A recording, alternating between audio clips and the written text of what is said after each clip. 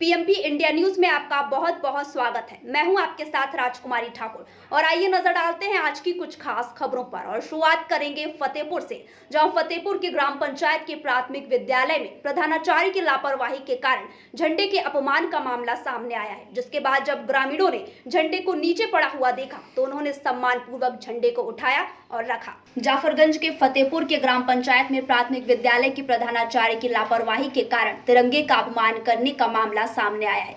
आपको बता दें कि 15 अगस्त को सुबह ध्वजारोहण के बाद प्रधानाचार्य विद्यालय परिसर से झंडे को उतारे बिना ही निकल गई। अगले दिन प्रधानाचार्य विद्यालय नहीं आई। उसी बीच ग्रामीणों ने देखा कि झंडा गिरा हुआ पड़ा है, जिसके बाद ग्रामीणों ने उसे उठाकर सम्मान पूर्वक रखा। मेंगाबाद के समीपस्थ स्थित गांव में एक खेत में युवक का शव मिलने से सनसनी फैल गई। वहीं मौके पर पुलिस पहुंची और पुलिस ने इस मामले में हत्या की आशंका जताई है। बेंगाबाद में थाना क्षेत्र के रंगामाटी गांव के समीप खेत में एक युवक का शव मिला, जिसके बाद मौके पर भारी भीड़ जमा हो गई। वहीं सूचना पर पहुंची पुलिस ने शव की पहचान कर हत्या की आशंका जताई है। वहीं युवक की हत्या कर शव को खेत में फेंक दिया था। फिलहाल पुलिस ने घटना स्थल का मुआयना किया और आगे की कार्रवाई में जुट गई है। मछली मारने के बानस गए थे खेत, तो साटा लेके गए थे और वहाँ मतलब उसका डेथ हो गया। कैसे, क्या लगता है आप लोग को, कब आपको पता चला? हम लोग को लेट हो गया, खोजबीन करते करते सब खेत में, तब पता चला। एवं वहाँ मतलब एरिया थोड़ा कोड़ल था, तब पता चला कि नहीं यहाँ मछली आ रहा था। तो कोड़ल था तब पता कि खेत में मतलब एकदम फटल। कब निकला था घर से? घर से शाम के टाइम। और आप लोग को कब पता चला? रात में? हम लोग को रात में 10 बजे से 10 बजे से खोज रहे। क्या लगता है कि इसको कोई मार दिया है कि क्या लगता है? तो लगता है कोई मार दिया दुश्मन, लेकिन हम लोग को कोई। क्या नाम है आपका? छोटू मुर्मू। कौन लगता है ये? मेरा भाई है। जी सर, ये रंगामाटी में जो एक हत्या की बात आ रही है, क्या है सर पूरा मामला? ये रंगामाटी गांव में सुनील मुर्मू नाम के व्यक्ति की हत्या हुई है। इस मामले में पुलिस को जैसे ही खबर मिली, पुलिस मौके पर पहुंचकर जांच पड़ताल में लगी हुई है। डेड बॉडी को पोस्टमार्टम के लिए भेजा गया है। आगे जानकारी जांच में के क्रम में जैसे मिलता है। अंबाला में पीटीआई अध्यापकों को नौकरी से हटाए जाने पर उन्होंने विरोध प्रदर्शन किया, साथ ही साथ उन्होंने कुछ मांगे भी रखी। आइए आपको बताते हैं क्या है पूरा मामला। 65 दिनों से नौकरी से हटाए गए पीटीआई अध्यापकों ने अंबाला के बाजारों में विरोध प्रदर्शन किया। जिला प्रधान भूपेंद्र सिंह की अध्यक्षता में नौकरी बहाली की मांग को लेकर सिविल अस्पताल अंबाला कैंट से मेन बाजारों से होते हुए फुटबॉल चौक अंबाला कैंट तक रोष प्रदर्शन किया गया। आपको बता दें कि हाथों में तख्तियों पर इबारत लिखकर बहाली की मांग की गई।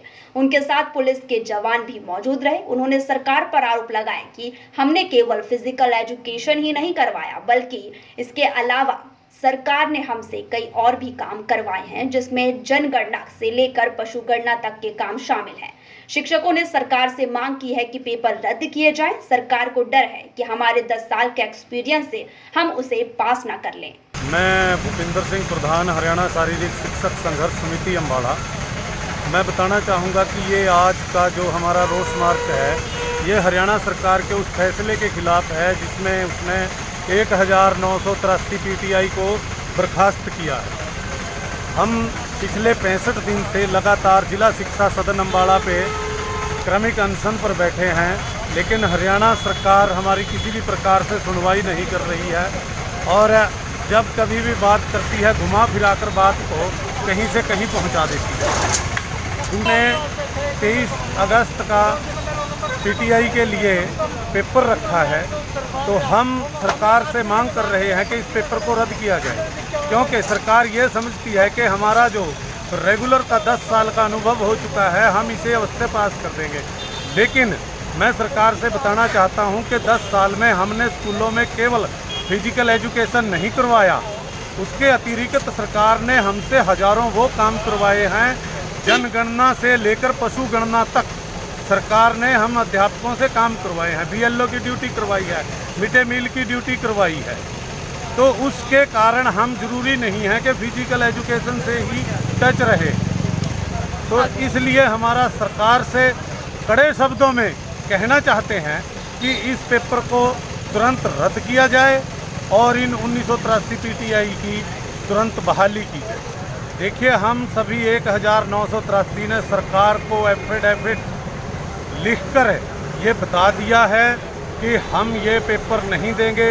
ये सरकार का तानाशाही पूर्ण रवैया है और वे सब साथियों ने पूरे हरियाणा में एफिडेविट लिख दिया है और जल्दी ही राज्य संघर्ष समिति के कार्यक्रम के अनुसार इन्हें राज्य सरकार तक पहुंचाया जाएगा, ताकि उनके पास ये वास्तविक रूप में स्पष्ट हो जाए कि मैदान में स्थिति क्या है। रामपुर में महिलाएं सुरक्षित नहीं हैं, जहां महिला के घर के अंदर घुसकर उसके साथ छेड़खानी की जाती है और उसकी तहरीर करने पर भी पुलिस कोई कार्रवाई नहीं करती है। आइए आपको बताते हैं क्या है पूरा मामला। वीओ 4 रामपुर जिले में महिलाएं सुरक्षित नहीं दिख रही हैं। मामला थाना केमरी के भंवरका गांव का है। यहां की महिला ने बताया कि एक युवक ने मेरी जगह का फर्जी बैनामा करा लिया है और मैंने उसकी जांच कराई तो वह फर्जी निकला। वहीं उसने मुझे मेरी जगह से निकाल दिया है, जिसके बाद से युवक महिला को बुरी नजर से देख रहा है। इतना ही नहीं, युवक तमंचा और लाठी डंडे लेकर महिला के घर तक घुस गया और उसके साथ छेड़खानी करने की कोशिश की, जिसके बाद महिला की चीख पुकार सुनकर बच्चे उठ गए तो तीनों भाग निकले। इतना ही नहीं, पुलिस से कई बार शिकायत करने के बाद भी कोई कार्रवाई नहीं की जा रही है, बल्कि पुलिस अपराधियों की ही मदद कर रही है। नाम है आपका? लक्ष्मी। पति का नाम क्या है? चंद्रपाल। कहाँ की रहने वाली हैं? भवर का। क्या हुआ आपके साथ?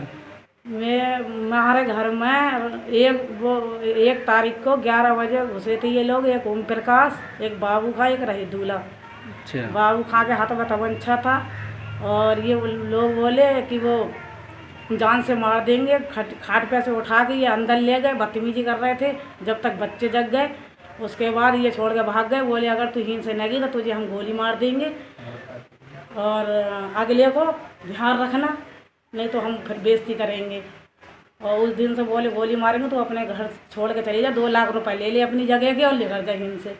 जगह के वह जबरिया घर में रोट निकाल रहे हैं और मेरी नी पड़ी हुई है और मैं अपनी मेरी बहन है एक गाँव में, उनके घर रह रही हूँ। चौकी गई, चौकी वालों ने सुनी नहीं। थाने गई, थाने वालों ने भी नहीं सुनी।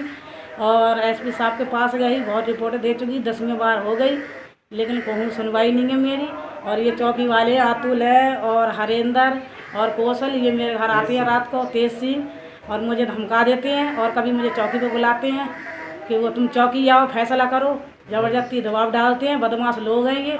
और बाबू खां और ये लोग ये मेरे घर में घुसे थे, ये पैसे देते हैं और वो हमें आके धमकाते हैं, कहते हैं तू कहीं भी चले जा, तेरा कुछ नहीं होगा, कहीं हमारा किसी से भी कुछ नहीं होगा। तो मैं अपनी दीदी घर रह रही हूँ, 1-1.5 महीना हो गया, मैं डर के मारे जा नहीं रही हूँ। जब भी मैं जाती तो मुझे टॉर्चर करते हैं। उस दिन खेत पे गई थी तो खेत पे भी इन लोगों ने घेर लिया, बोले जबरदस्ती का फैसला कर, नहीं तो हम तुझे गोली मार देंगे।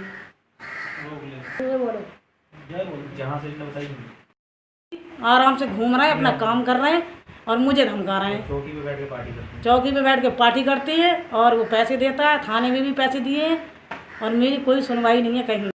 इंचार्ज हैं अतुल और तेज सिंह, हरेंद्र दरोगा, वो पूरे स्टाफ को लेके मेरे घर आते हैं और मुझे परेशान करते हैं। कभी रात को बुलाते हैं, कभी दिन को बुलाते हैं, कभी फ़ोन करते हैं कि हमारे घर हम चौकी पर आओ और फैसला करो। क्या मतलब है मेरा? मैं महिला हूँ, मेरा बुलाने का क्या मतलब है? रात के 9 बजे बुलाते हैं, कभी 10 बजे बुलाते हैं, कभी 8 बजे बुलाते हैं, कभी मेरे घर आते हैं, मुझे धमकाते हैं और चले जाते हैं। और फिलहाल के लिए हमारे साथ के खास बुलेटिन में इतना ही। देश दुनिया की तमाम खबरों की जानकारी के लिए देखते रहिए PMP इंडिया न्यूज़। तब तक के लिए मुझे दीजिए इजाजत। नमस्कार।